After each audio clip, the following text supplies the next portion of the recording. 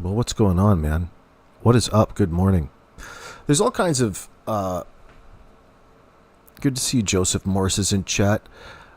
Thank you very much for joining. And yeah, Don B, no hard feelings. You don't have to apologize for anything. I was trolling your subscribers in that sense. So I don't want anybody to take those last two videos I posted on Don B as anything but just some troll bait.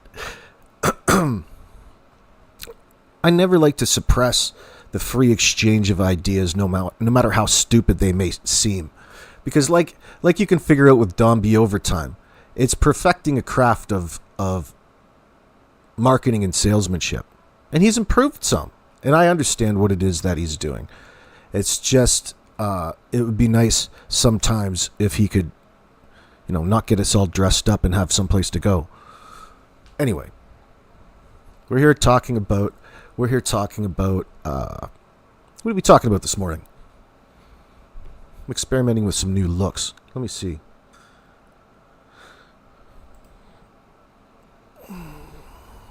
Hold on. I got to figure this out. Hold on. Jesus Murphy. Just a second. I got it. I got a hold of it. Let me see.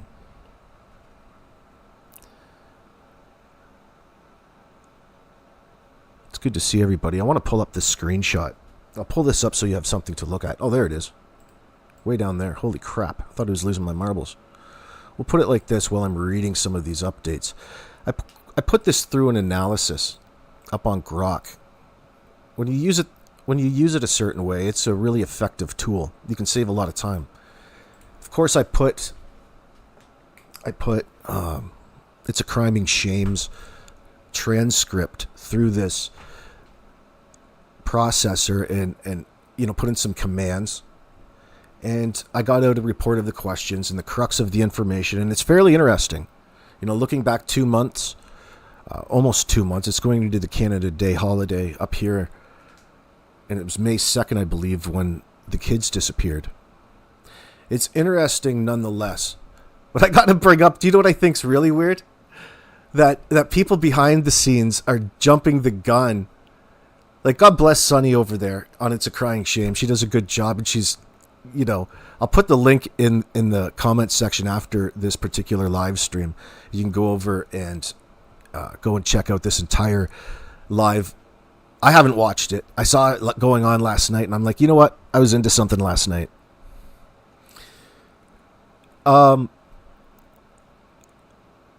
Not to get sidetracked, but I think, where the fuck was I? I just got sidetracked. Anyway, I was blowing smoke up Sonny's ass. So I put Sonny's transcript through to get all of, she already discussed the questions, and there's a sequence of them. Statements from Daniel, and you can go through each one, and we'll go through each one. And after that, we'll talk about Derin Geddes. I think it's probably the better order to go in. we'll relate Derin into the situation. This Derin Geddes has got, he's difficult to figure out. Earlier on when we just met him, we couldn't figure out if he was cop or not. And then we talked about, with my chat, of course, just not talking to myself. These ideas came up through chat, and I thought it was fantastic. And then I became aware of the Mr. Big operations, those stings by the RCMP. So it's like your imagination can really, really get going with all of that. We kept a good cork on that. We did a good job with that. It's hard not to take Derin Geddes and the information that he's brought forward into some sort of consideration, especially or specifically in my mind, this Janie. And is Janie's last name Mackenzie? Maybe somebody in my chat can let me know. Is her name actually Mackenzie, or do I have a typo? Maybe I might have a typo up in my... But there's two. And what is Malaya? We keep calling her Malaya Brooks-Murray. Yeah, Joseph, that's her last name? Okay. Janie Mackenzie? Okay, well, that's worth mentioning. Let's see how all of this information is sharpening itself up. Okay, not that we're going to dox the shit out of her, but I couldn't figure out why things through the AI analysis, all of a sudden this morning, were a little bit different. And Malaya's last name, is it Burke? Burke? Or is that a typo? And not, she doesn't go by Brooks-Murray necessarily? Is there some changes progressing, some identity changes? And she has heart problems, yeah? It's just Malaya Brooks-Murray? Okay, then I might have it keeps referring to her as Burke. And I'm like, well, who the fuck is Malaya Burke? But it's probably a typo. Sometimes the information could come back a little slanted. Stupid machines. Stupid AI. I was so harsh towards Don B supporters yesterday. Fuck, some days I love trolling. And then I feel bad about it. I just let, when you start to read too many comments, you can't help but it get into your head a little bit. You need to go outside and touch grass. Yeah, AI is BS sometimes. When it comes to sorting things out, not so much. It's not so bad in that sense. So let me just crack through this and let you know the crux of the information. We can go from there. Now I've got to find it. Oh my God, hold on.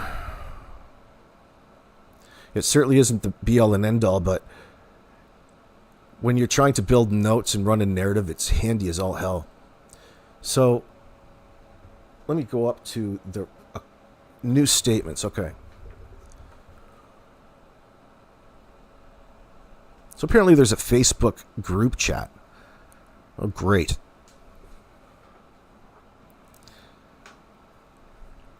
Yeah, what was Sunday over there talking about yesterday? Getting a memorial bench for Jack and Lily? Well, shouldn't we know what happened first before you go forward with a bench in that sense? It can be a good idea. But if you know that this situation isn't legit and the kids are still alive, oh well. We have to take it one step at a time.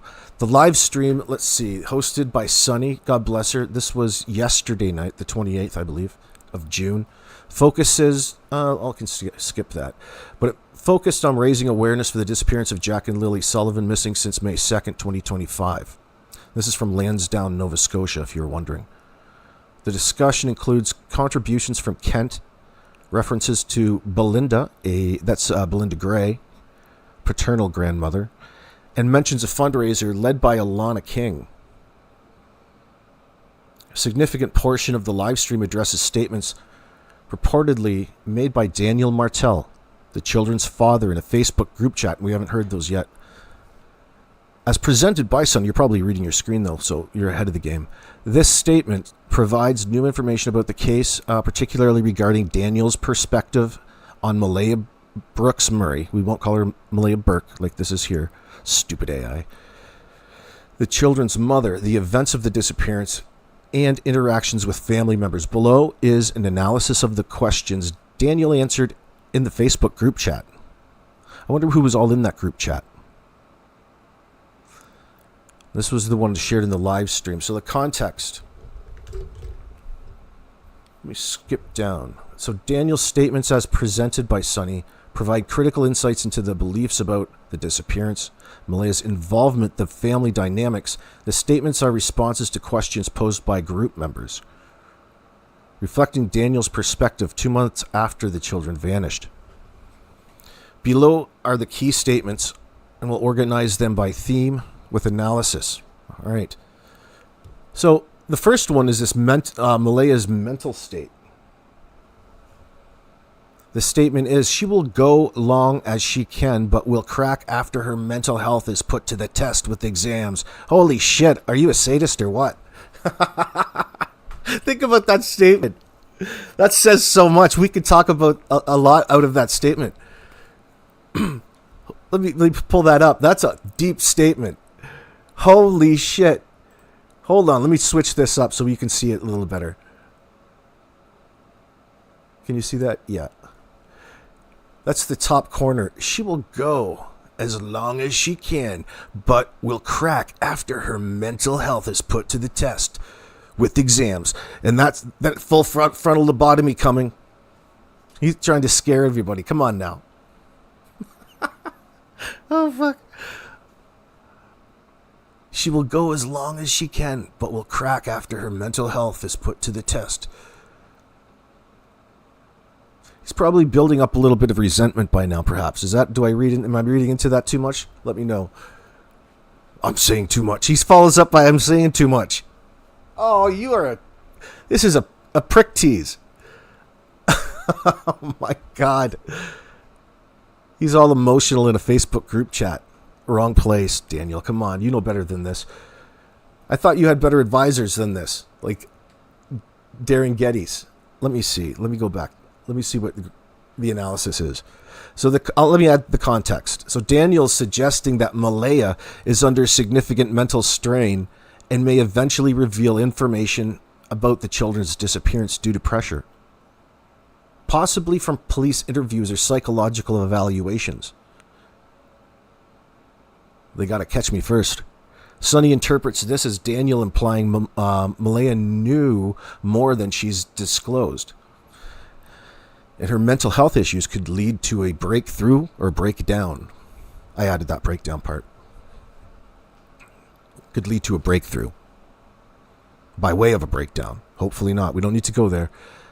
The statement introduces the idea that Malaya's mental health is a weak point.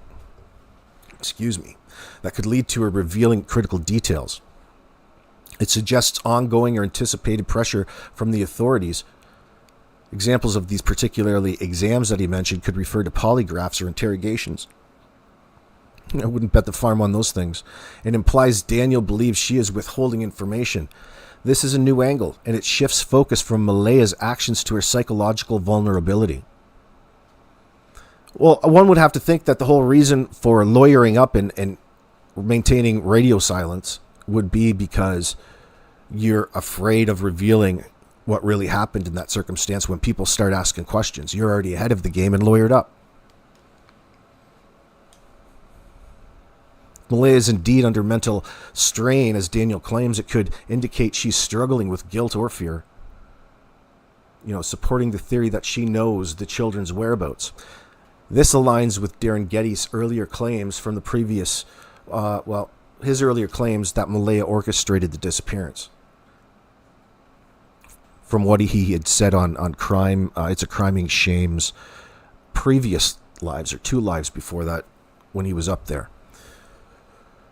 Daniel expects or hopes for a resolution through her eventual disclosure. I wonder what's going to come first. Like, this is going to be some serious talks. And what has she done, though, really? We don't know. We're suspicious that she's called in this a situation perhaps has gotten out of control, if you're to believe Derin Geddes and this sort of theory, and she's arranged for a rehoming temporarily of her own kids, and then reported to 911 a separate incident for whatever reason. So that's really mischief, perhaps. So long as they find the children in the end, there shouldn't be a whole lot of reason to prosecute her for any reason. Obstruction of justice, that's true, Joseph, excuse me, because she went on and misled police by those kids walking in the forest. I've got a little lineup prepared. I got some research into that if we're interested. I didn't want to bore you with all the legal parts of it yet, but it's just something to think about. Whereas, how many of you out there believe the worst, that she's harmed these children, or the children have come to some sort of harm? I don't believe that. I believe that these children are alive somewhere.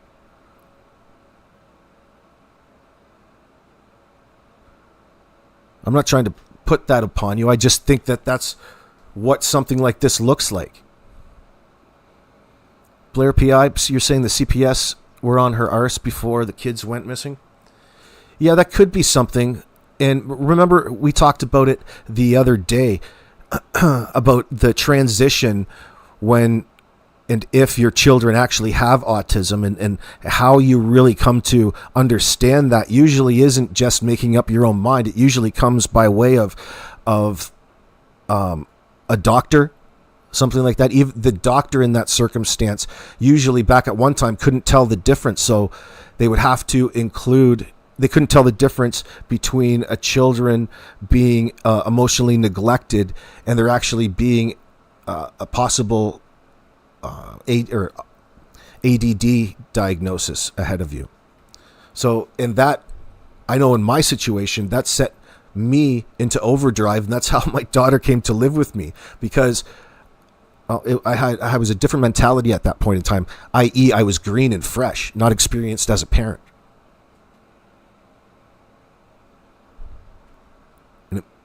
So I wondered if that perhaps was what was going on here.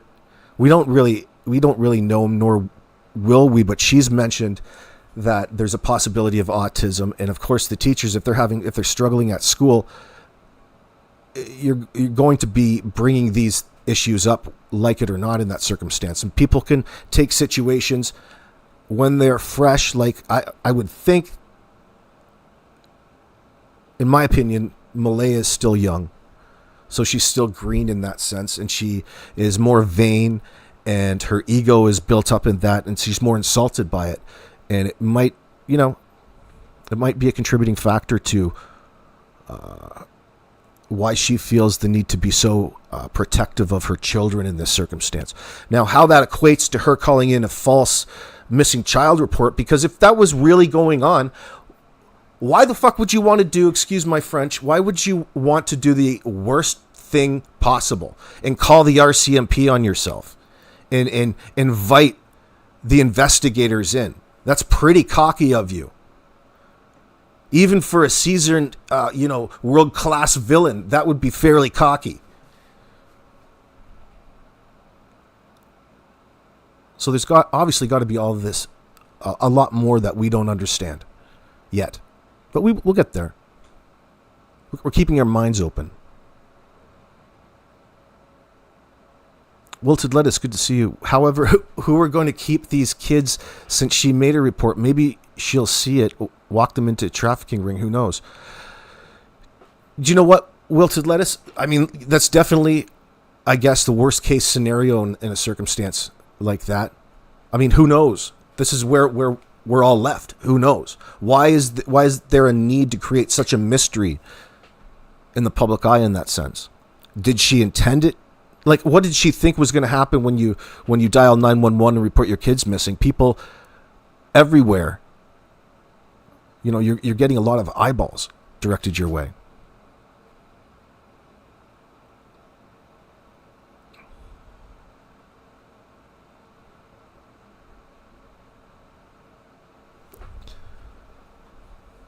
You wish the RCMP, Joseph, would release the 911 call. That would be so interesting. God darn it. Oh my God. Oh my God. This is what they've got going for them. This is such an interesting situation because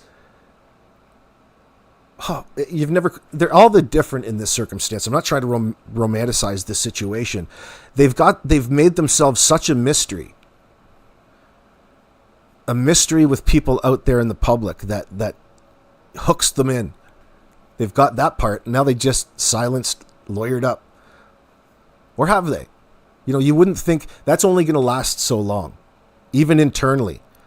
If she indeed has a bunch of people in the background helping her to accomplish something she feels important in the background, you think that it's going to be conditional. It's going to be situational and conditional. It's not just you're going to be able to shut the hell up for the rest of your life. Something's going to squeak. Somebody's going to talk. You would think soon. Because really, when it comes to Derin Geddes, he can only go so far. They shut him down, meaning Cindy Murray and Brooks, or Malaya, excuse me, won't talk to him. Geez, I wonder why. Yeah, there is so much we don't know, Jamie. It certainly feels like it feels like a hoax. It feels like we just walked into one. But no matter what, we have to, however this turns out, we still have to get proof of life and that these children are okay. And that's what the RCMP's situation obviously is, because they've got that $150,000 reward out there. Now, granted, they probably know everything, and they're in the only position to really verify for themselves what information is legitimate and what's not in that circumstance, and how it relates to their particular investigation, the only important investigation. But we're, of course, certainly allowed to speculate. And when Daniel comes out like this and he talks, it adds credibility, in my opinion, that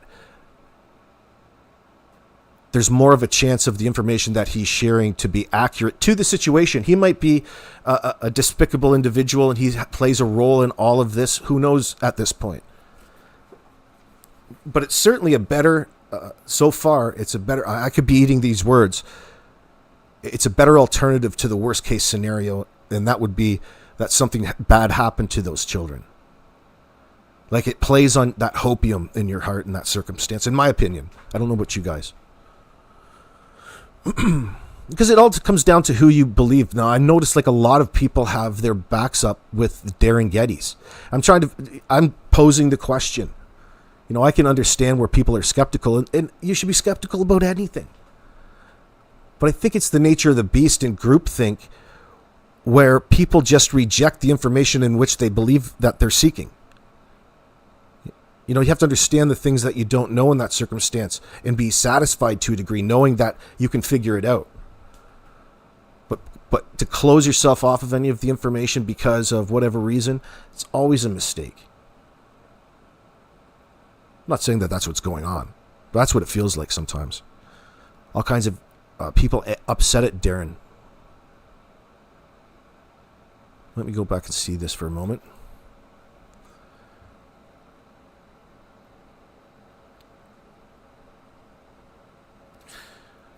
So the second statement is, I believe they're alive and Malaya knows who took and drove them off the property. This is a quote from Daniel. That comes from timestamp 5140 of her particular interview or conversation last night on It's a Crime Being Shame. Daniel asserts that the children are alive and that Malaya knows who removed them from the property, implying a deliberate act rather than the children wandering off. Sonny connects this to Janie McKenzie's testimony, which is Daniel's mother, who claimed Malaya was in the driveway when the children were taken, with the boot print as evidence. The statement responds to questions about what Daniel currently believes happened. I'll repeat the statement for you. I believe they're alive. I believe they're alive, and Malaya knows who took and drove them off the property.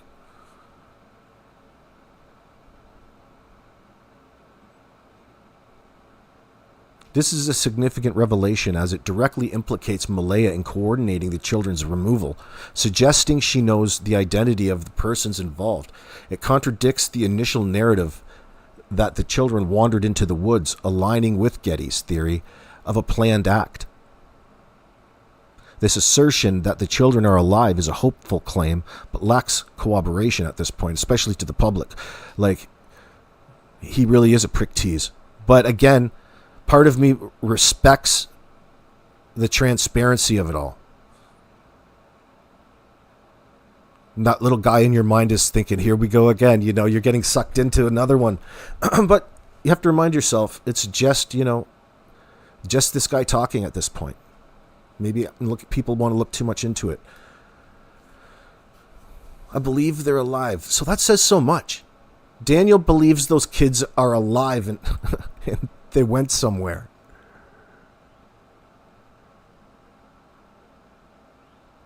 He follows that up by this Malaya will crack soon. You should, fuck. I guess you'd be that way a little bit, because to him, he knows a whole lot more. So there's probably more to this maybe we don't know.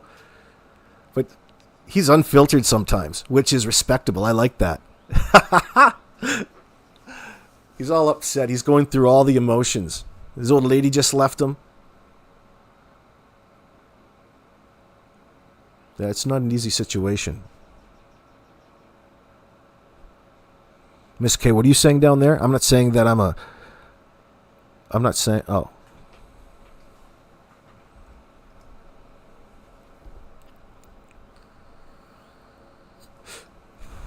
Wilted lettuce in my chat. Hold on, let me go back and see this.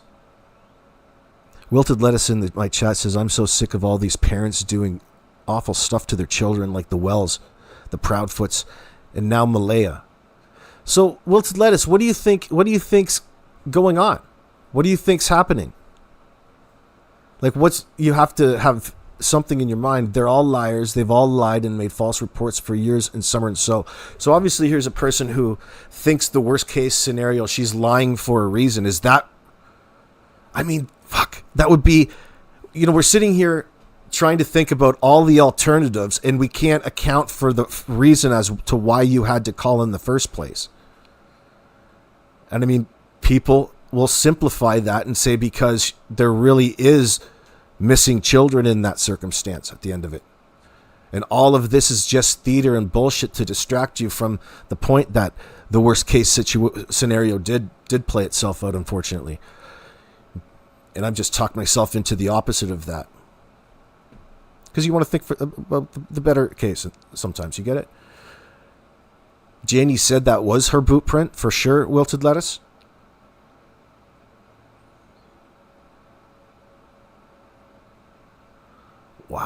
Wow. If Janie's confirmed that boot print was, I mean, animals could have gotten it. Okay, that's cool. I'll just take it. No, Janie didn't say that, Joseph? Okay. I'm keeping my mind open. My mind is open. Oh, shit. Let me see.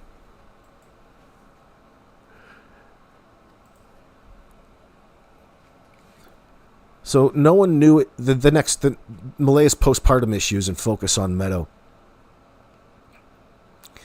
The statement is, and I quote, no one knew it started after Meadow was born. Malaya was worse than postpartum, so basically everything was about Meadow. I'm starting to see the problem. Listen, you've got your ex-husband talking about postpartum depression. I mean, there's nobody in a position to be speaking that. So what is he really saying? Let's think about what Daniel's saying with that statement. She's having mental health issues after her child was born. You've got to go into more detail than that, obviously. But I mean, usually when you have a newborn baby, everything is about that baby. That's just, that's the time to love bomb and look after your child. That's nothing necessarily wrong with that. Maybe you weren't doing a good enough job, or am I hearing something like Daniel wasn't getting enough attention in comparison to the baby and he was a little jealous, and then after a while the baby grew on him? So context. Daniel reveals that Malaya suffered from a severe postpartum issue after the birth of their third child, Meadow. A severe postpartum issue, that could also be getting, hooked on painkillers.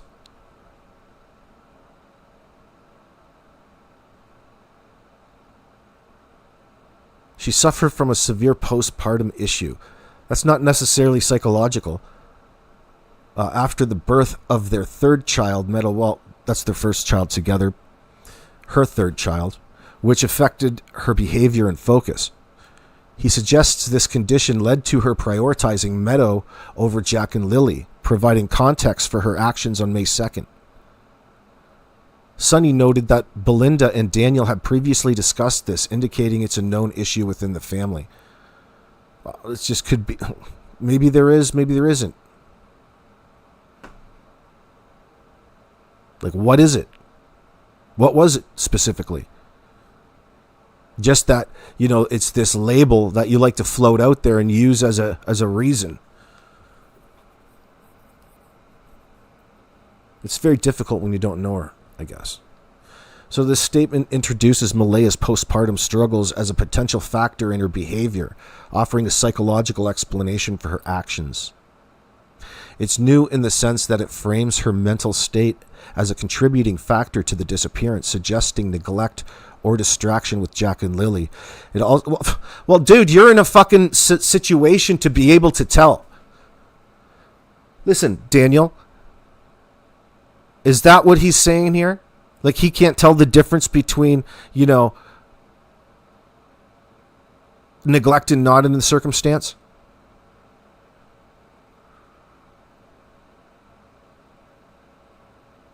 Feels like he's teasing me with these.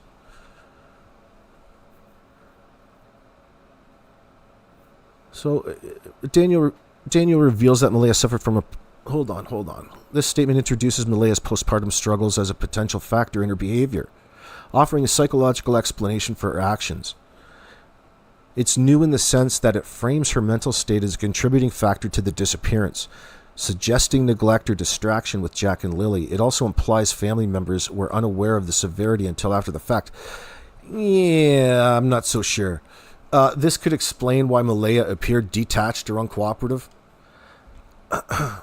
Now, this to me sounds like somebody who's trying to make a... Maybe there is, maybe there's not. Trying to make a plea for not being competent psychologically. Well, that's going to be a real problem, trying to get your kids back if you're going to try to convince the court that you're not competent at this point. This could explain why Malaya appeared detached or uncooperative, as noted by Geddes, and supports Sunny's speculation that her lack of normal motherly reaction stems from knowing the children's fate. God, that's so strong, Sunny. I mean, I couldn't imagine. That's the underlying thing to all of this. Like, Sunny's speculation that her lack of normal motherly reaction stems from the knowing the children's fate already. But that fate could be either or. I mean, it feels fucking weird to watch her out there in front of a camera at this point in time, knowing that she's being purposefully, like she's detached from the situation psychologically, telling me that it's not an emergency at all. Now, we've seen crazier frickin' things out there, haven't we? You see some pretty crazy behavior after mothers have reported their kids gone missing. You name your favorite one. When I say favorite, I mean the most notorious. Casey Anthony. That's crazy behavior.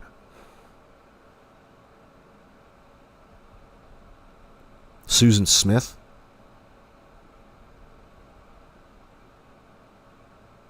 Yet Fleitner's postpartum term is being used very loosely. The idea of no interest in older children yet, all about the new baby. This is not postpartum behavior, in my opinion. No way, man. That's usually how that's how it should go. That's how it's supposed to go. You're supposed to emote all over your baby. You're supposed to give them attention 24/7 in that sense. You sleep with them. They're up at all kinds of nights. They don't get it yet. If she lost and banged their heads together, says Patty Burns, or if she lost it with the son and the daughter witnessed it, these are more likely situations in your opinion. Boy, you guys. Yeah, all up and down the East Coast is hot as hell. I don't blame you for being at the beach. It's a better place to be. Today is the first cool day in the last 7. It was so ridiculous.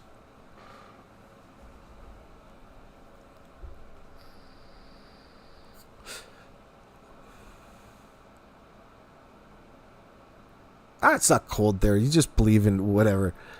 Fuck no. It's not that cold.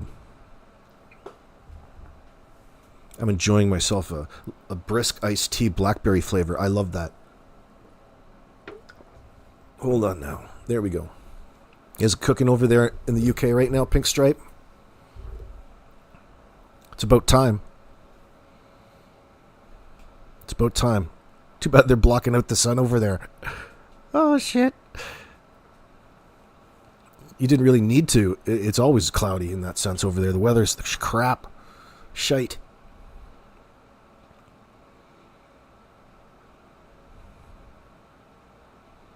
Oh, you're speaking with the person who took the photo and she was mad I didn't blur her face? Guys, how dare you? Well, she shouldn't have shared it without her face blurred if she was so damn worried about it. See, these people are always trying to look like victims in that circumstance. You got to be careful, man. Oh, you don't have permission to share my face. Well, too late. It's too late in that circumstance.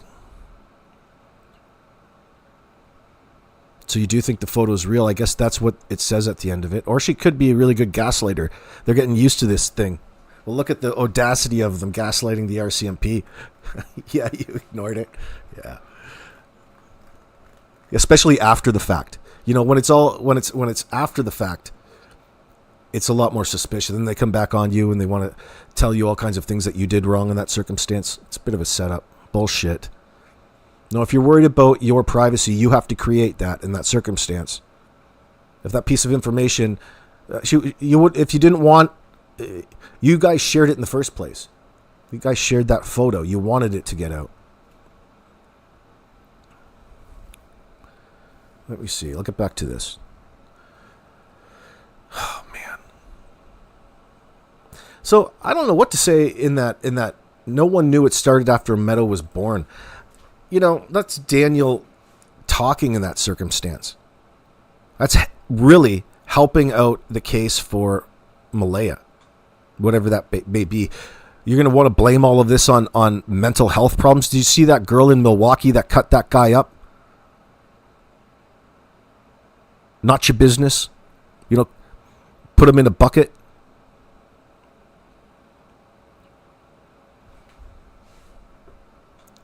That's crazy.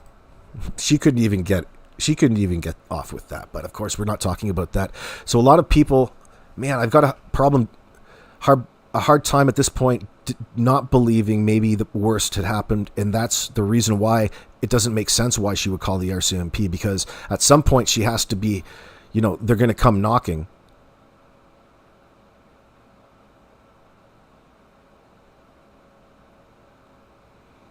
And at some point, did she decide just to start blaming Daniel and hoping people would think he's suspicious and just lawyer up and clam up at Cindy Murray's house?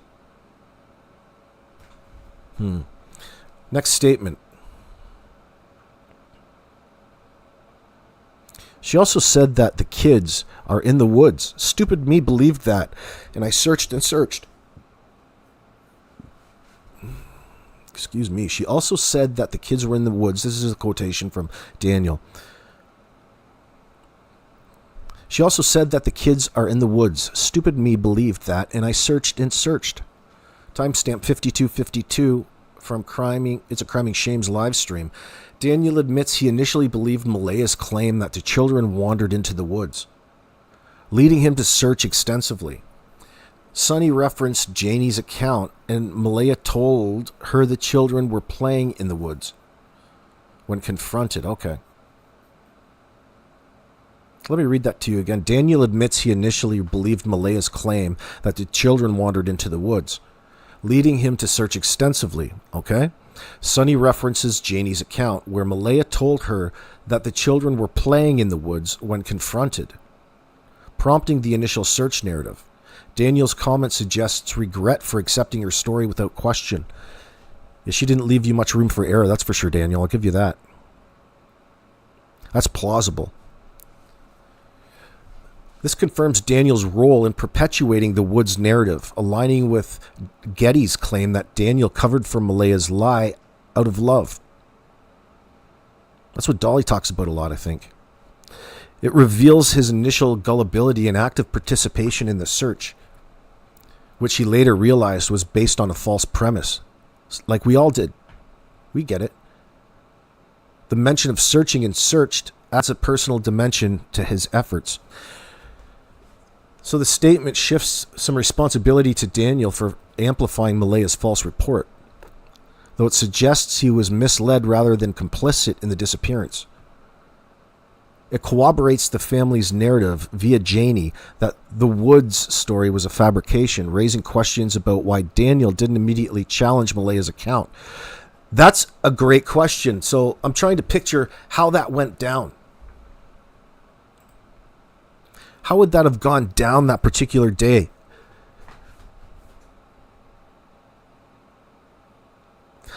You don't really have a good understanding about, Daniel went outside to look. And by the time he came back, Daniel says the RCMP were already there. I mean, you can't fault him for that if that's true. Oh, I think Malaya definitely knows the truth, Joseph Morris. It's obvious to me personally over here, but I like to explore what people are thinking, of course. I think she knows the truth. Now, what is that truth? I don't have enough information to be truthful with you. I want more information. I'm thirsty for information in that sense.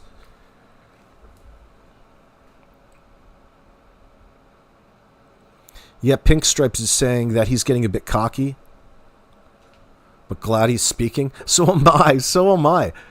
I mean, you have to step back and separate yourself from what you think you know about the case to his perspective.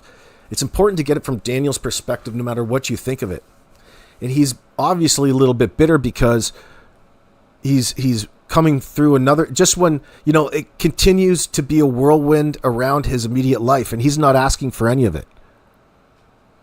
This has been a nightmare for him. I'm not trying to over-sympathize with him, but it's looking like she's putting this on and she's trying, to make him out to be the bad guy because he's the only one there holding the microphone when people are finding out that something's not right.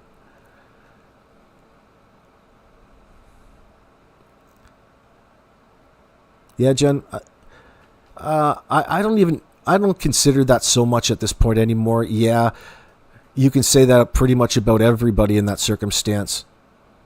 I think there's a long history of not trusting the RCMP. Like, you're reaching out thinking this is a malicious act towards the RCMP, in that we're discussing, a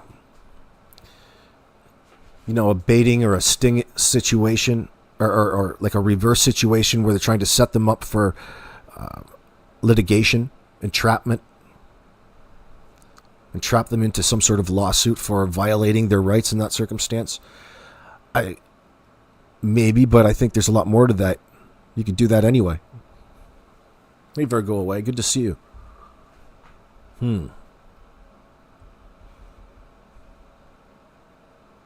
Like, there's the worst case scenario, which could be, the worst case scenario is the strong number one contender for possibilities because of it not making sense. So if it's just as simple as she needed to get the hell away from Dirty Daniel in this circumstance, and Janie, and the problems that they were having that he's blaming on psychological issues. Listen, I'll tell you, if she decided that she didn't like you anymore, that can certainly seem like a psychological issue, right? Like, all of a sudden she's treating you different. You're not doing all of these things like you said you were in the beginning. Dude, let that roll off your back. Don't even worry about any of that shit. It was never meant to be. But she's saying what she's going to say in front of people. But it's not necessarily a mental issue. It's just the fact that she doesn't like you anymore. It could seem like a mental issue because it's like, look, one day you're this way, the next you're that. Maybe she found another man. Wouldn't be the first time, would it, Daniel? Is the same thing happening to you that happened to Cody in that circumstance? We don't know the timelines in that circumstance. We kind of do through Grandma Gray, Belinda. But I don't know. I'm just speculating. Hold on. Let me see.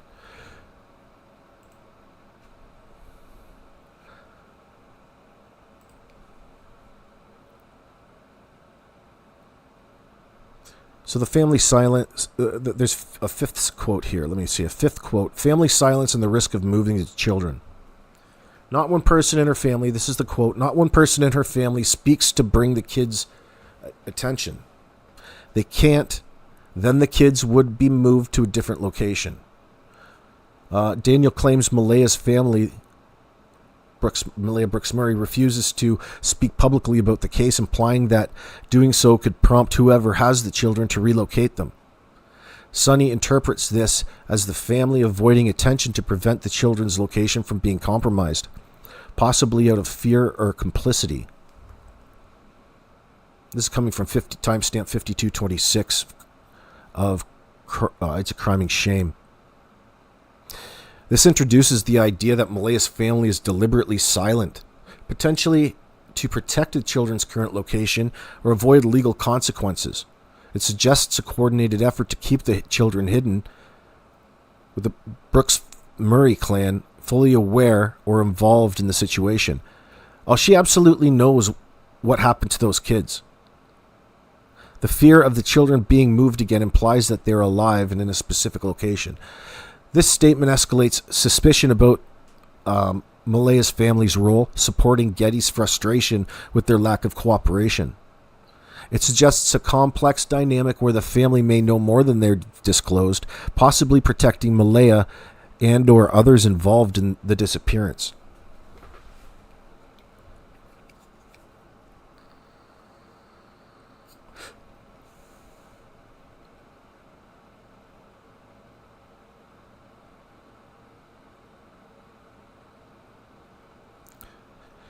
So I want to go, this is an interesting statement right here. Number 6, Malaya's actions on the day of disappearance. The statement is, and I quote, "She was going to take a break that day. That's why she made the mistake with Meadow," end quote. Timestamp 5408 of It's a Crime and Shame's video. But give the context. So Daniel's explaining that on May 2nd, Malaya intended to take a break, possibly from parenting or her relationship, which led to a mistake with Meadow, resulting in Child Protective Services intervention. Sonny notes that Malaya broke a CPS agreement by moving to the Shabanakadi reservation with Meadow, suggesting this was part of the erratic behavior that day.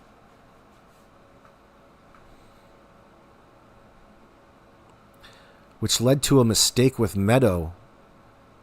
Is he saying like a parenting mistake? Like what sort of mistake with Meadow are we talking about here? Did you drop her down a flight of 24 steps? Did you throw her out the second story window? What the hell are we talking about? What is a mistake, I wonder?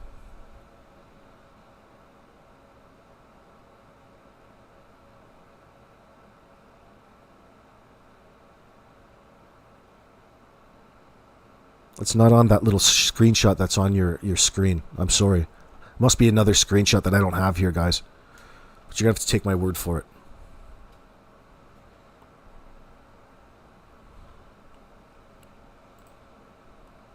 Let me see.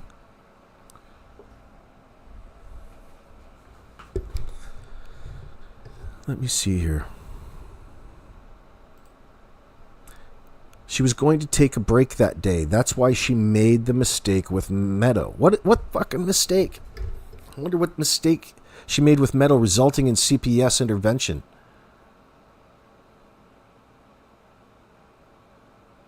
And do you notice how Daniel, if that is true, a true Daniel statement, wouldn't that be both of you guys making a mistake in that sense? You're pretty quick to put all of the blame on Malaya in that circumstance. Maybe that's part of what is contributing to maybe a toxic environment. Who knows? But we're going to find out. Remember Carly Russell's alleged kidnapping? What a shame that was. They were feeding her cheese nips. Is that the one who faked her own kidnapping in that circumstance? That annoying chick? That's Carly Russell. No. Who am I thinking of? That blonde. I can't remember. Can't remember her name right now. Scatterbrained. Elizabeth Smart. That was a folie à deux. That's still being talked about.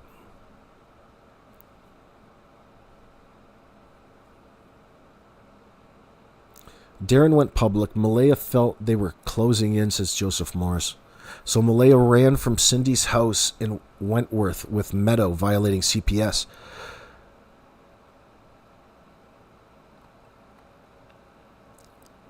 So that was just maybe a temporary thing.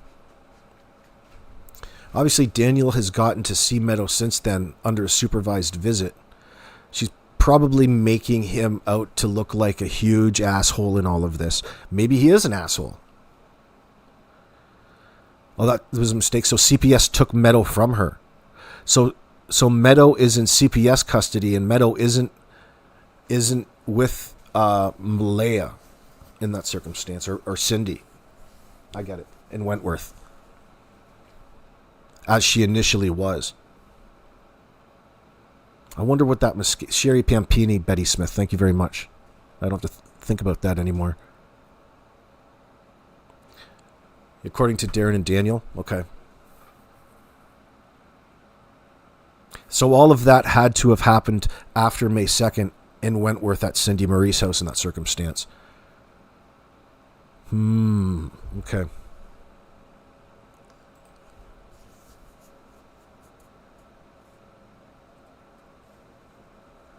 She was going to take a break that day.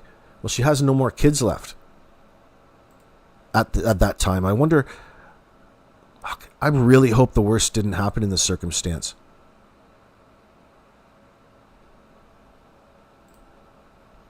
I think I'll be thinking about that again.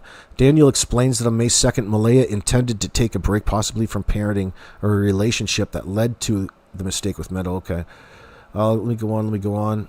The statement frames Malaya's actions as impulsive or poorly planned, potentially leading to the children's removal. It aligns with Geddes' theory that Malaya arranged for the children to be taken and suggests her focus on Meadow may have contributed to the events, her postpartum. The CPS don't even... Daniel brings up this postpartum. I think that's a mistake. I think it's just his way of perceiving things. The CPS violation adds a legal dimension to her actions, potentially increasing scrutiny.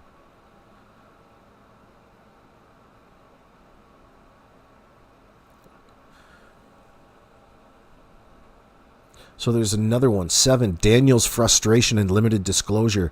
The statement is, I wish I could tell us the most... ... There's lots of details about her family that he wished that he could tell us, but he couldn't. He did call them a little cray-cray.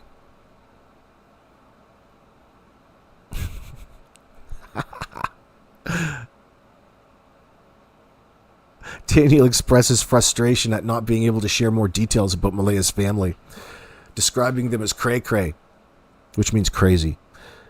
Sonny interprets this as Daniel knowing sensitive information but being restricted, possibly by legal advice or fear of consequences from revealing it. Well, you don't want to say too much because you're going to give up your own plans in that circumstance. There's probably the RCMP in the background is probably guiding him to a degree, because they've all come to an understanding in the background trying to figure out what's going on. So for him to go and start revealing all the key details about the things that the Major Crimes Investigation Unit are up to, that's going to be a problem.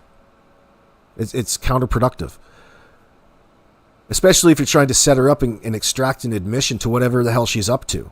Because really, if they don't have proof of life for the kids, that's the biggest problem. And that's in the face of their suspected being rehomed, you think that they would be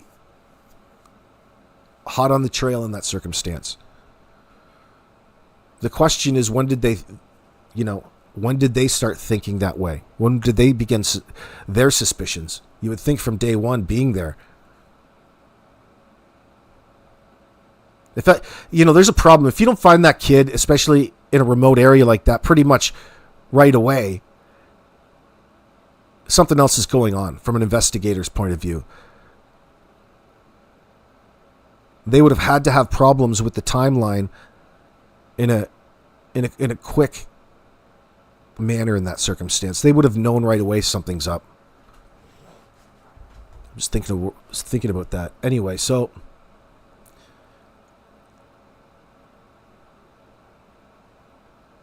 this reveals Daniel's belief that Malaya's family has significant issues or involvement in the case, but he's withholding specifics. The cray-cray comment suggests dysfunction or erratic behavior within Brooks-Murray clan, which could be relevant to the disappearance.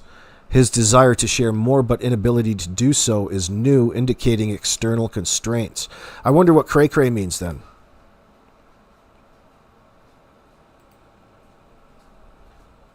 One moment.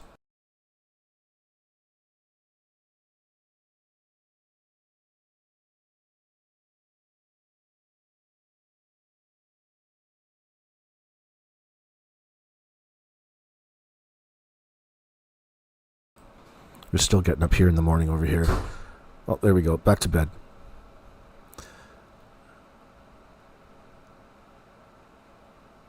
Joseph Morris in my chat is saying, I think Daniel does that to give Malaya grace.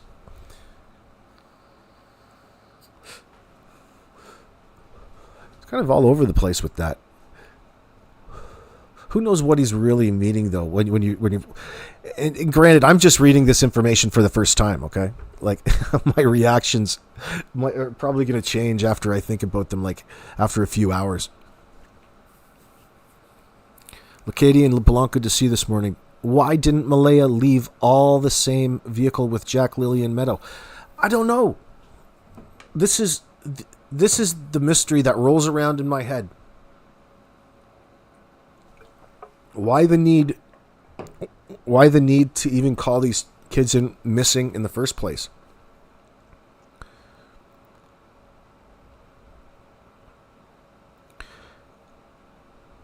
Maybe it couldn't be only to make Daniel look bad in this circumstance. Because she's a parent too.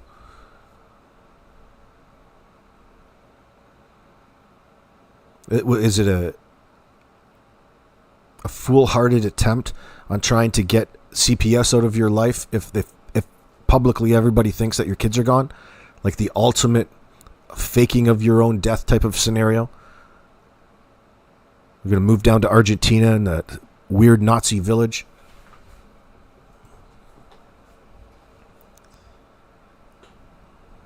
The only time we've seen Karen Jones, the most deleted person in this case in people's live chats, the only time we have seen pictures of Malaya, they have been heavily filtered. You're so judgmental. Except for her interview. She ain't pretty. She just looks that way. You're such a positive person, Karen. They usually involve socially isolated couples. What's the usual? What's usual about this? What do you mean? Damn you.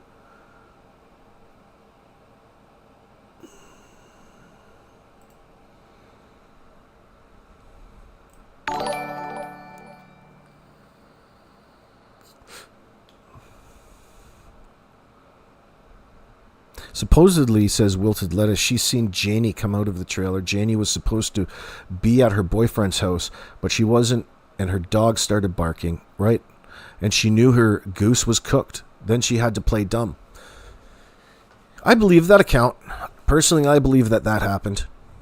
That's the spoiler to all of this. Now she's nowhere to be found, being protected, trying to make it look like she's a victim. She's a distraught mom, busy looking for her kids, if you're to believe the text messages that she's put out there right now. That are freely searchable, like over on Crime, that been released on, It's a Criming Shame, I should say, excuse me, to be specific. If she doesn't have a car, then the kids must be nearby, or she has somebody we don't know. Oh, family, Patricia. Oh, we got a Chomo alert in chat. Jen R., do you want to do the honors of the 24-hour timeout for the Chomo? Sorry, Stagecraft Productions, we don't allow people that have abused children to be in our live chat. Thank you for coming, though. We appreciate it.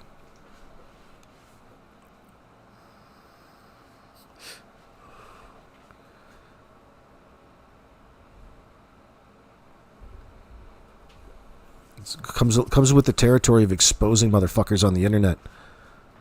All of a sudden they come and frequent your live chats whenever that they want. Desperate for attention. He's probably naked right now with a trench coat on. In fact, it's probably a long black leather trench coat. He's flashing a camera. There's a weirdo putting his penis all over the internet. All over YouTube. He's got Tommy in his trailer right now as a sex slave. That's no joke. He even taught him to cook. What's going on, fugitive recovery agent? What's going on? So let me finish this off. There's more statements. Should probably go over and... Hold on here. Let me go over and pull this. There's got to be another one here. Yeah, there is.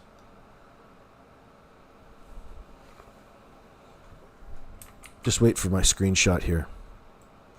There's more than one screenshot.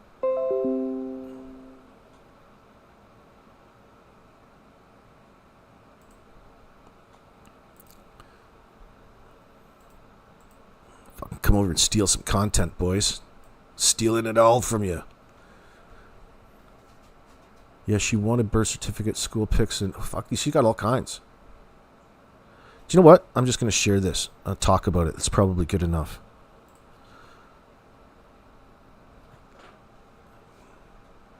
Give me a moment, please. I'll bring up the screen and we can analyze it together.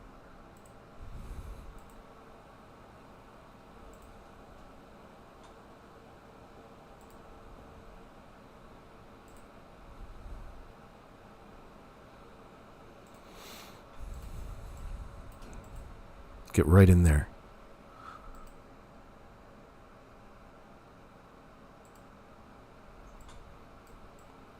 There's Sunny, everybody. Hi, Sunny.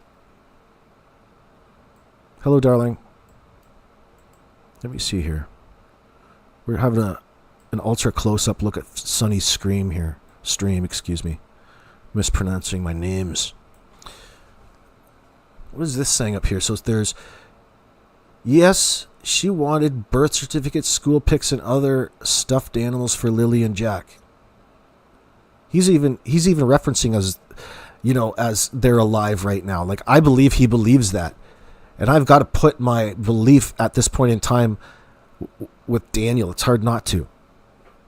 I mean, there's always the chance that we're all being had here in that circumstance, but we're not.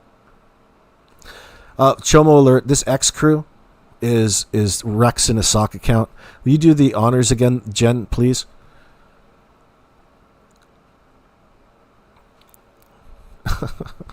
Fucking douchebag. I love trolling that son of a bitch in my chat.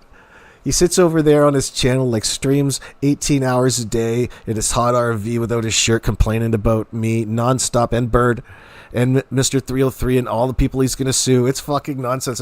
There's nobody over there watching it. I stop in just to thumb it down. That's really sums up the last 3 years. Poor guy has nobody to come watch his streams anymore. I kind of feel sorry for him a little bit. You think that even in the Chomo community you would get somebody. There's plenty of them out there.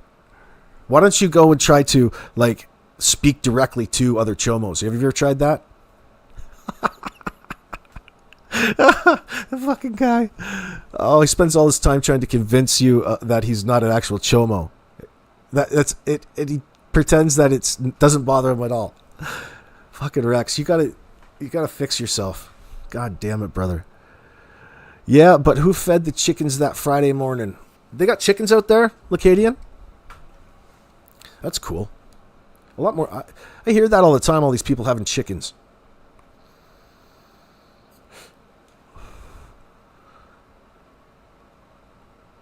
In the city, I mean. So hold on here. No one good thing. She went on and on about trauma for the first year over and over. I had to say to her, stop it. Oh, yeah. She's her victimology. She's right. Malaya's all about conditioning Daniel into this. What would you call that?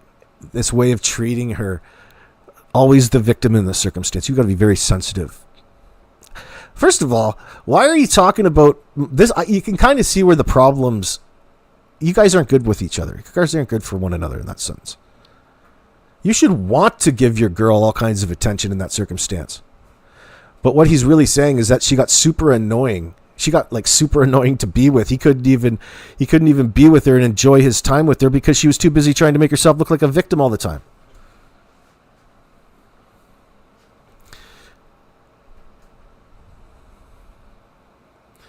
Karen Jones.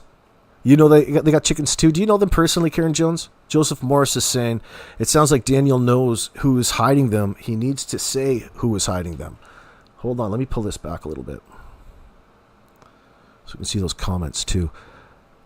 I'll pull this up.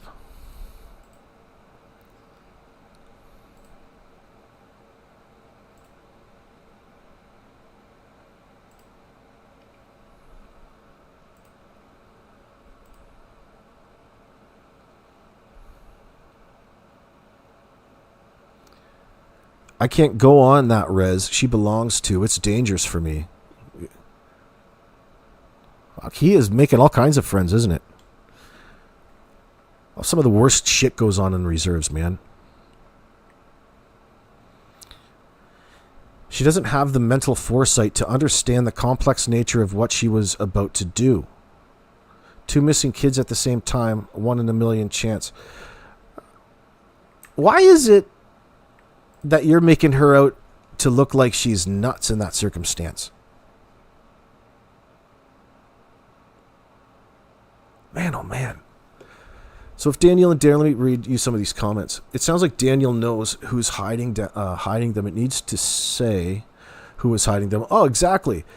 He's coming out admitting to you he's scared about all her people on the Indian Reserve because it's danger for a fucking redheaded stepchild like him. He's a cracker. He's a white boy.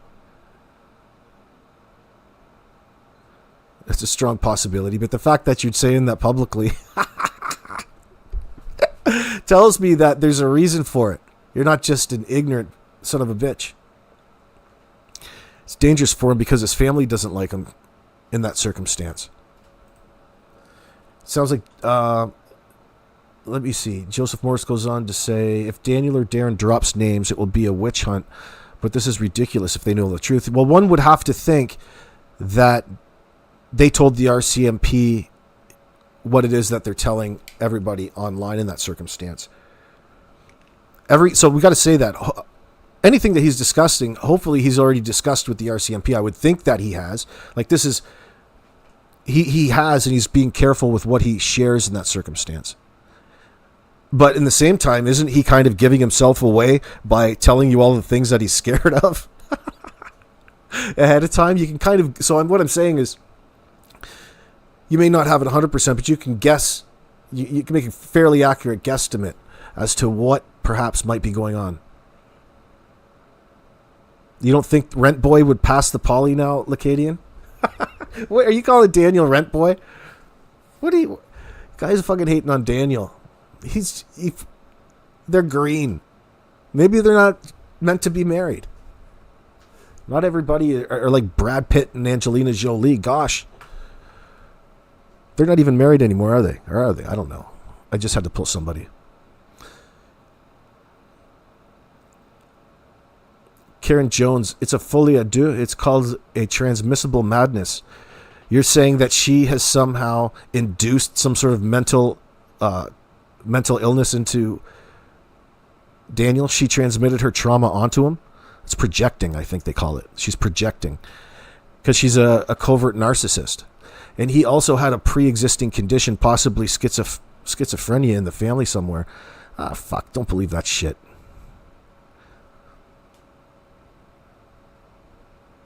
Ah, okay, I'll take it into consideration.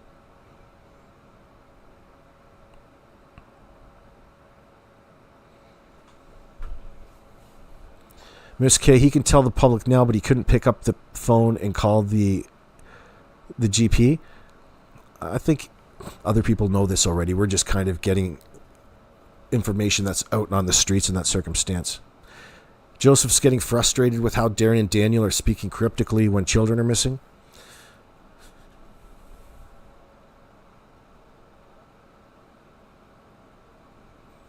Yeah, I understand why they are, and I don't understand why they just don't get to the point.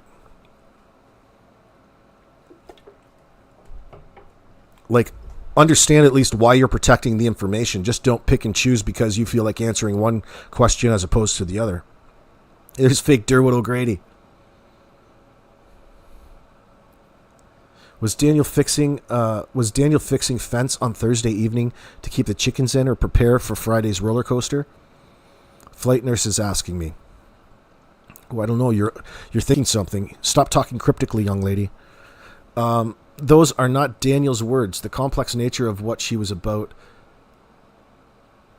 The complex nature of what she was about to do has got too many syllables.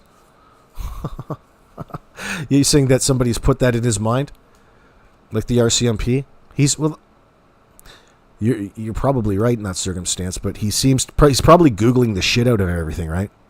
So he's probably beating her down with Google. He's like, oh fuck, I can be a psychologist. I can be a psychiatric professional here.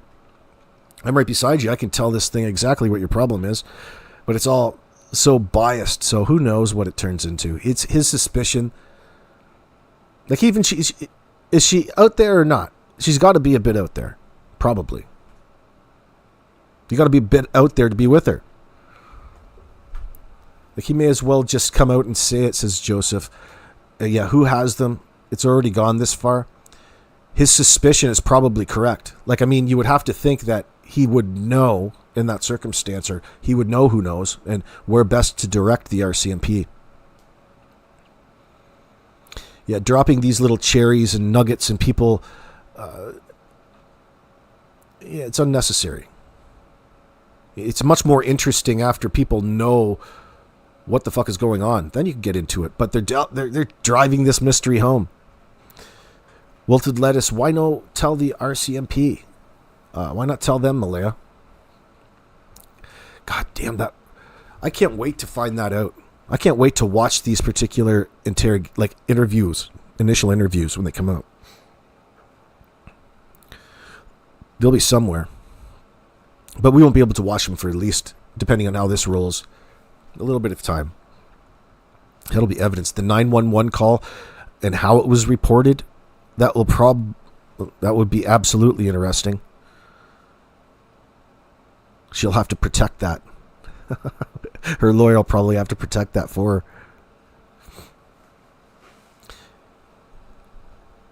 her. I'm not sure I'm too sold on him.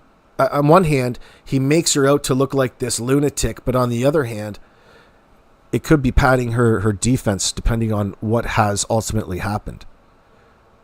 Well, we're just taking this information in. How do we know she isn't some sort of weird nut at this point in time? We don't. I'm just trying not to make her out to look like one, like Daniel's making it look. Let me see what this says here.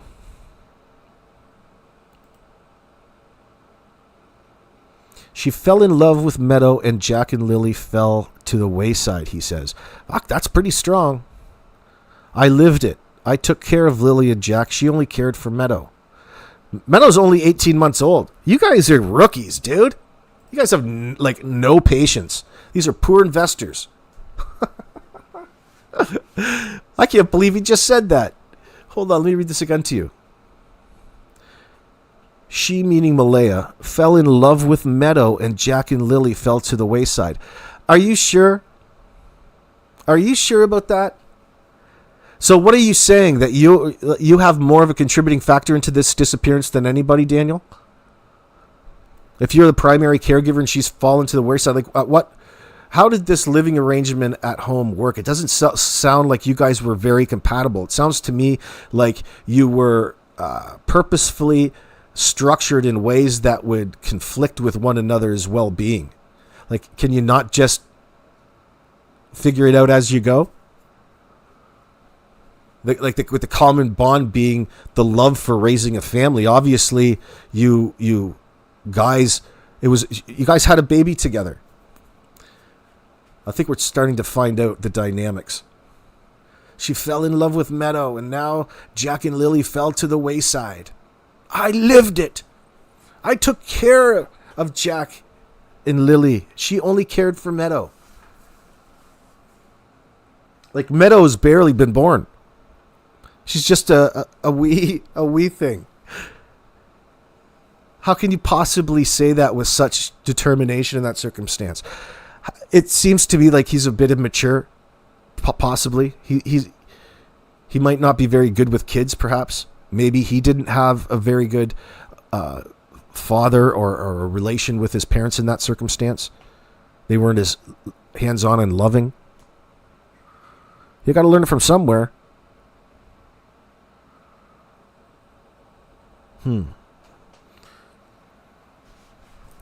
He's got this weird concept, I think, maybe if this is really him. It seems that he has a weird concept of love and all of the things that come along with it. Do you guys feel the same? And it from afar, it doesn't sound like love. It sounds like the kind of shit you want to avoid. So it sounds to me he's trying to make it look like he was a primary caregiver for kids who are 4 and 6. Why did she fight to have Cody out of the picture and have full custody in that circumstance?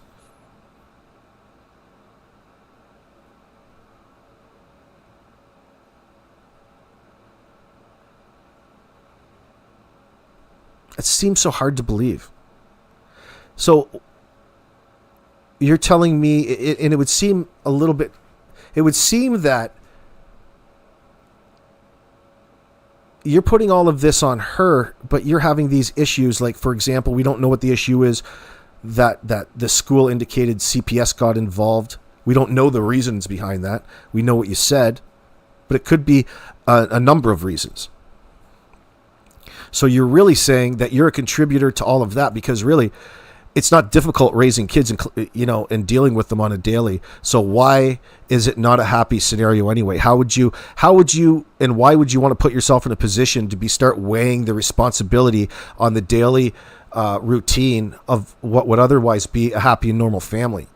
It sounds like there's already unreasonable demands going on and some false assumptions that probably weighed heavy on Malaya and contributed to her not wanting to be around you anymore.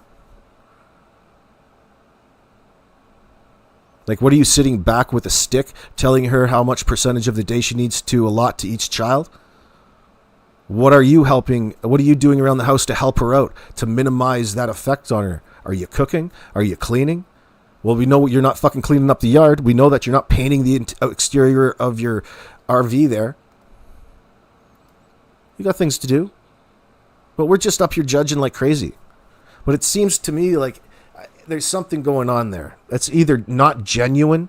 Somebody's maybe put that in his head and he thought that was a good excuse, and he's trying to focus conversation into a place where it doesn't need to go.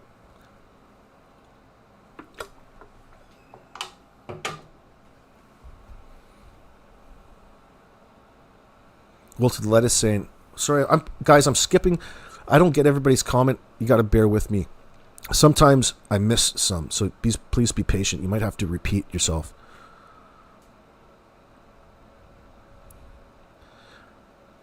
Wilted Lettuce.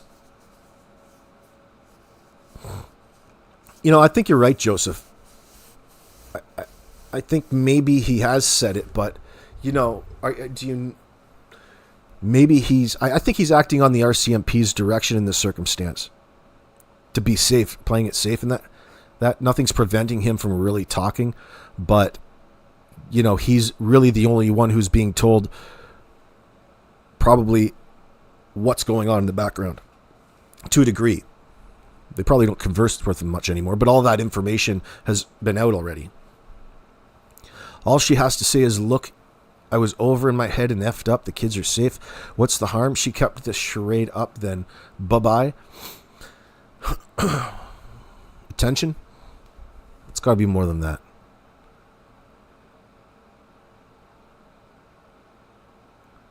Maybe the kids really are missing. Hardly. I think she knows where they are, one way or the other. I believe Janie McKenzie, excuse me. At this point, we know that Malaya was dishonest in her report and her initial claims. So what's real? What's really going on? Derin said on Dolly Vision that there was a suspect. There was suspected abuse. Well, you can see hints of it. You can see hints of it if like, it doesn't sound like a person that I would want to be with in that circumstance, Daniel. No offense. But you could see where it would become probably a bit smothering. Daniel has all these expectations of what she should be. They're partners in all of this, right? Partners. Or did they draw out a contract? Oh, mackerel. Something's up. Just your opinion, Mary. Some people should just be fixed like pets. I know that's the harsh, but geez, we can't. They're probably doing that already. Usually what they'll do is get you in front of an x-ray machine and sterilize you, historically. Deerweed. Deerweed is the mouthpiece? I thought Deerwood was in here, the fake Deerwood O'Grady. She lured Daniel from a supposed happy, normal family with 2 kids. His wife showed him the door, Karen Jones said. She lured Daniel from a supposed happy, normal family with 2 kids. His wife showed him the door. So this is probably just ending in the normal way. The grass wasn't greener, boys. Daniel, was the grass greener on the other side? There's probably a lot of that happening. Who knows what's true, but if what you're saying to me is true, Karen, that's got to be interesting. She got it. Daniel's got himself into a predicament. You don't like or trust Daniel, says Jen R. Bad vibes. Jamie doesn't trust any of them. Daniel still has accounts. Durwood lost his account. Flight nurse. How do you know that? Because of what he was talking about, flight nurse?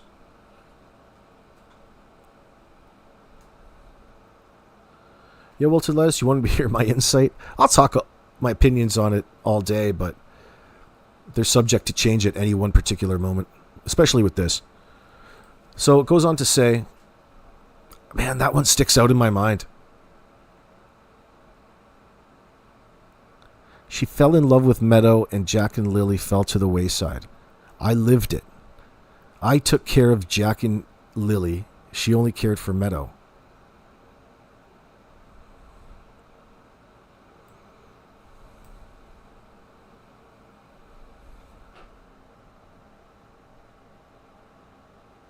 Daniel said it's not her hiding them. It's somebody else. But she's a part of that.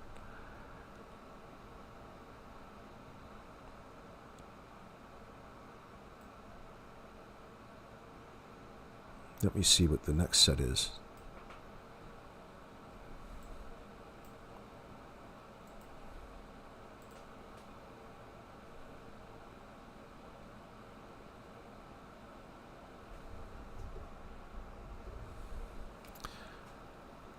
Is her lawyer family or criminal, do you know? They're both family lawyers? Mm-hmm. Well, they'll be saying, their advice would be just say nothing. Which is this is some good advice. Okay, where is the rest? Let me see them. I think that was probably it.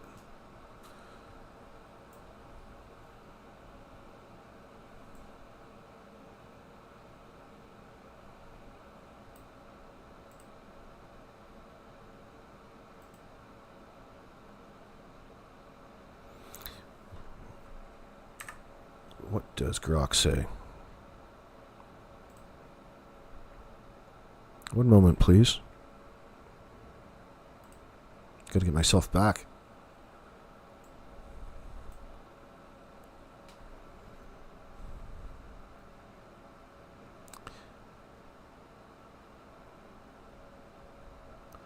Theory of the children's disappearance. Hold on, my friends. I had my list here and I got it all messed up.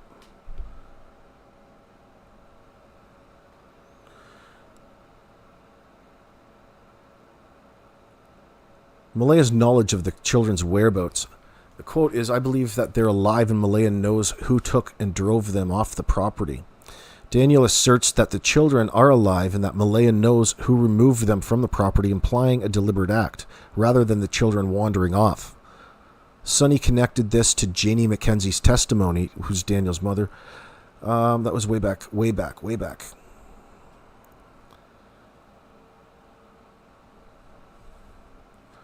She was going to take a break that day. We read that one. Daniel's frustration and limited disclosure. Here we go. The statement. I wish I could tell us the most. I wish I could tell us the most. There's lots of details about her family that he wished that he could tell us, but he couldn't.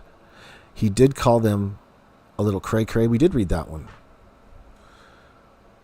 Allegations of abuse. The only person that was doing the abusing, if anything, was Malaya.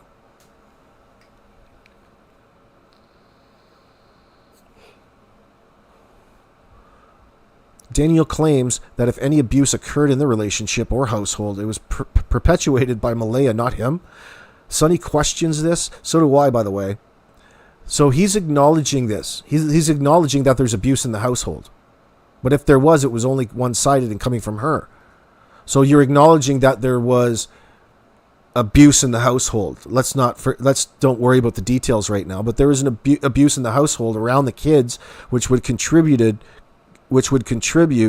to the potential withdrawal of Malaya and her avoiding you, perhaps, or avoiding things that may look like to you she's spending more time with Meadow than with you and the rest of the family. Because 4 and 6 kids are probably doing their own thing to a degree.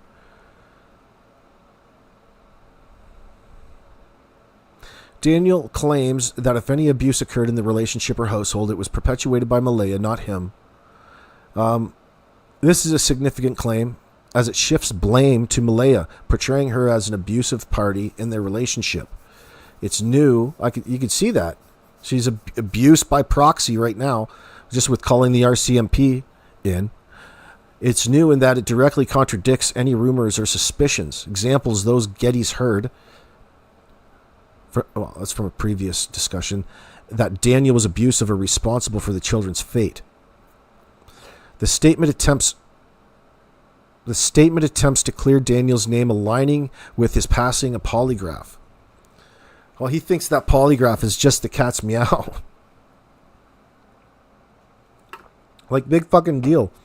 But he thinks it's the cat's meow, I guess. Well, whatever makes him sleep at night. Aligning with his passing a polygraph, and Geddes' conclusion that he's not a killer. However, it raises questions about Malaya's behavior and mental state, potentially linking to her postpartum issues or motives for removing the children. It could also be a defensive tactic by Daniel to deflect suspicion.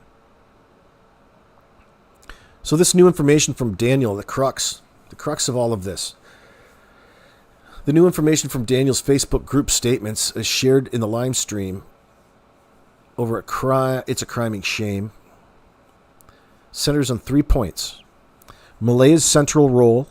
Daniel explicitly states that Malaya knows who took the children and drove them off the property. Confirming suspicions. Example, Daniel Geddes claims that she orchestrated their disappearance. Her lie about the children being in the woods, which Daniel initially believed and acted on, triggered a massive search and misled the investigation. Second one is psychological and family dynamics. Malaya's severe postpartum issues after Meadow's birth and her focus on Meadow provide context for her behavior, suggesting neglect or distraction with Jack and Lily. Malaya's family silence and Daniel's claim of their cray-cray nature implies a coordinated effort to withhold information, possibly to protect the children's location or avoid legal consequences. It does kind of seem like that. The third is Daniel's shifting narrative. That's ever shifting, hasn't it been? Daniel's admission that he lied to cover for Malaya, his belief in her eventual mental breakdown. Those are such powerful statements. And his claim that she was the abusive party reveal his evolving perspective. He distances himself from her actions, portrays himself as misled but cooperative figure, and hints at the undisclosed details about her family constrained by the external factors. He is kind of making himself out to look a certain way, but I try to give him the benefit of the doubt at this point. It does kind of look like that. So Daniel's statements align with Geddes' narrative that Malaya fabricated the Woods story and was involved in the children's removal. This mention of a specific person driving them off the property and the boot print evidence suggest a planned act potentially involving others. This could lead to charges like public mischief or child endangerment if substantiated.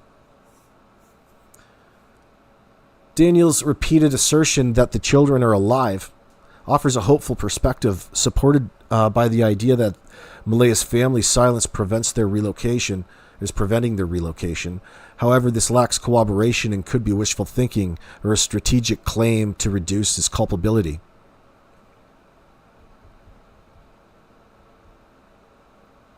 Malaya's family refusal to speak and Daniel's withheld details highlighted significant divide between the Martel and Malaya's families, complicating the investigation. This supports Geddes' frustration with Malaya and Cindy's uncooperative stance. While Daniel doesn't directly criticize the RCMP in these statements, Sonny's and Kent's broader comments reflect the ongoing frustration with the RCMP's silence, which may be exacerbated by Daniel's disclosures. His mention of passing a polygraph suggests he's cooperating with authorities, but the lack of progress fuels public speculation.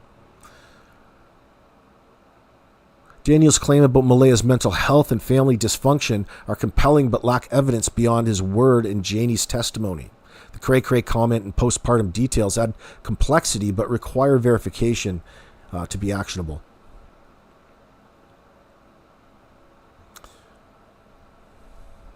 What can you be saying in chat, my friend? Let me go check my chat here.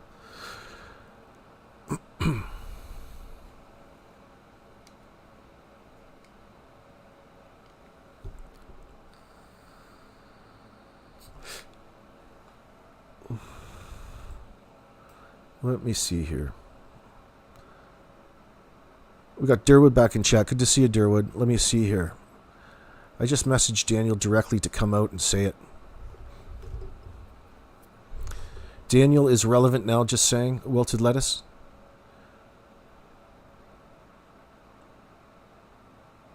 He just messaged Daniel directly. Come out and say it, damn you. Oh, Christ. Who gave the kids up to be disappeared, Mary? Well, we don't know yet. Soon Malaya's lawyer is going to have to speak, you would think, Lacadian. You would hope they would. Jamie wants Joseph. No, I don't think. Well, I don't know. Yeah, Bobby England, that's a good statement. They need to do her like the Lori Vallow case and produce the kids or be arrested.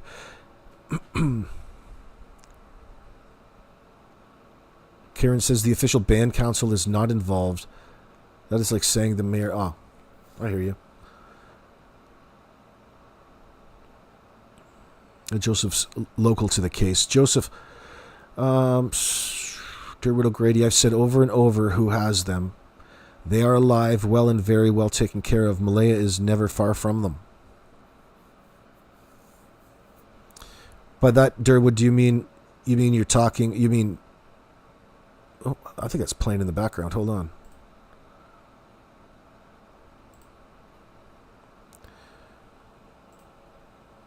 By that, Derwood, do you mean you told the RCMP, but not, you haven't said publicly, Malaya's kin, essentially? Why didn't Daniel do anything to help those kids? His silence on that speaks volumes. Right now, it's just he said, she said, Mary. How long were they living together? How long have they been under the same roof in that sense? It doesn't sound like they were getting along very well, does it? Joseph Morris, I think that this Derwood O'Grady, it might be the fake Derwood O'Grady. I don't think it's the real dude. He's in here. We kind of outed him with all of this information that he was coming in here in my chat. He just comes in to troll my chat in that circumstance. Be careful. I don't think that's the actual Derin Geddes. Because he was making all kinds of assertions last live stream, and finally it's like, he didn't know where I was getting my information from. I'm quoting him. I'm quoting him in that circumstance. And it was like, he had no idea. He wouldn't answer any of the specific questions in that sense. So essentially, I think we called him out.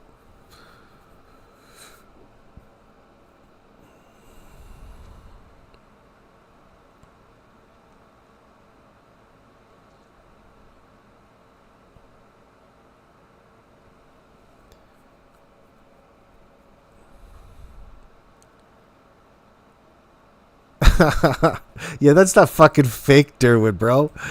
Derwood is in my chat. People are begging him, and he turns around and just shits all over everybody in the chat. I just fucking told you people. What the fuck is wrong with you people? That's a fake ass. That's not Derin Geddes. Yeah, that's the fake Derwood O'Grady. That's the one. You'll see him in the chat the odd time. Don't fall for him. I've told you all, you idiots. Oh my god. Oh shit. He's just trolling chat. He's just trolling chat, guys.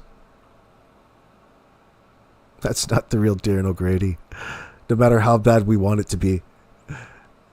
This is the rude Derin O'Grady. Or Derwood O'Grady. You guys are talking him up. He loves it. It's effective, isn't it? All I know is the world still thinks that their kids are missing because no one in law enforcement has came out and said that they're with their family. Come the hell on. Wilted Lettuce, you got a point.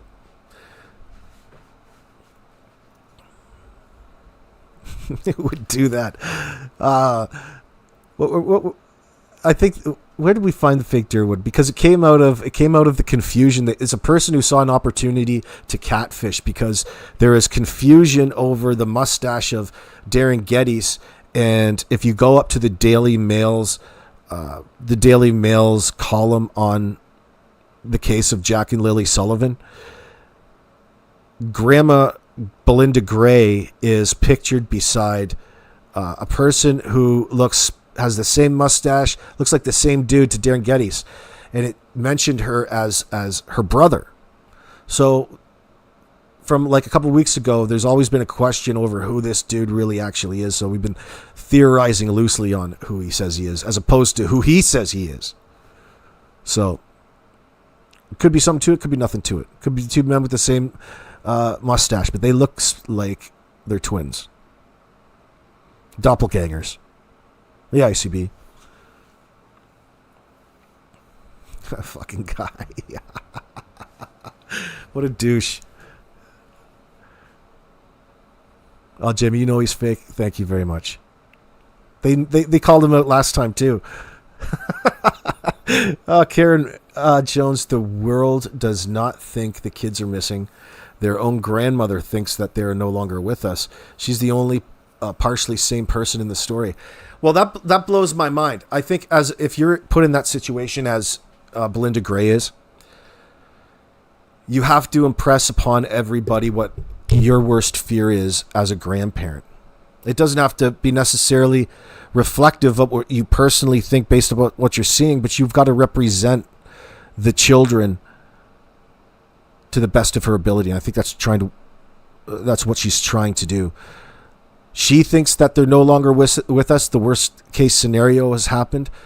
That's really the ultimate pressure to put out there on Malaya and her family if they are hiding them out in that circumstance.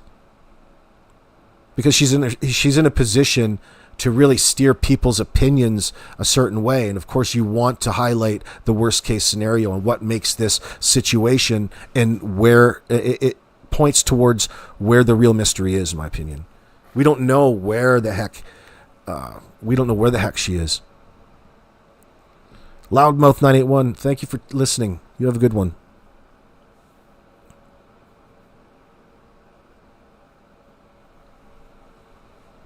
Someone should show proof of life of these children, you would think. Well, I mean, it's a hell of a thing. If you're in the RCMP situation, you've got to have all your ducks in a row before you go in there and do and act a certain way.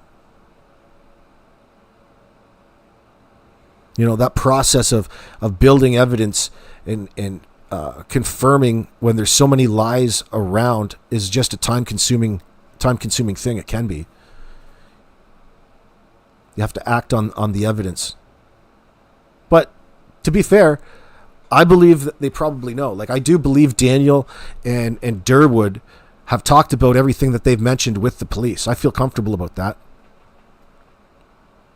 That's right, Durwood. Fucking guy.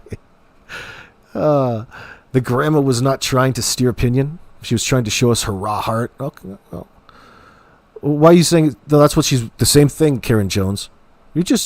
You're a perpetual contrarian in that sense.